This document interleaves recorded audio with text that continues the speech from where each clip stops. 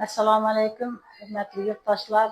Mana bugun biz o'quvchim Davletov Ulug'bekning xususiy klinikasiga bepul ko'rikdan o'tishga keldik.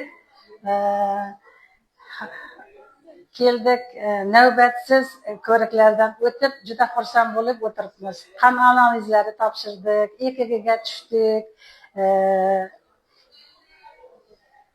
Terapevt ko'riklaridan o'tdik, UZIga tushdik. Allohga shukur, men UZIdan do'ppi osmonga chiqdim. Nimaga deganda, yaxshilab hamma shu organlarimni chiroyli qilib tushirdi.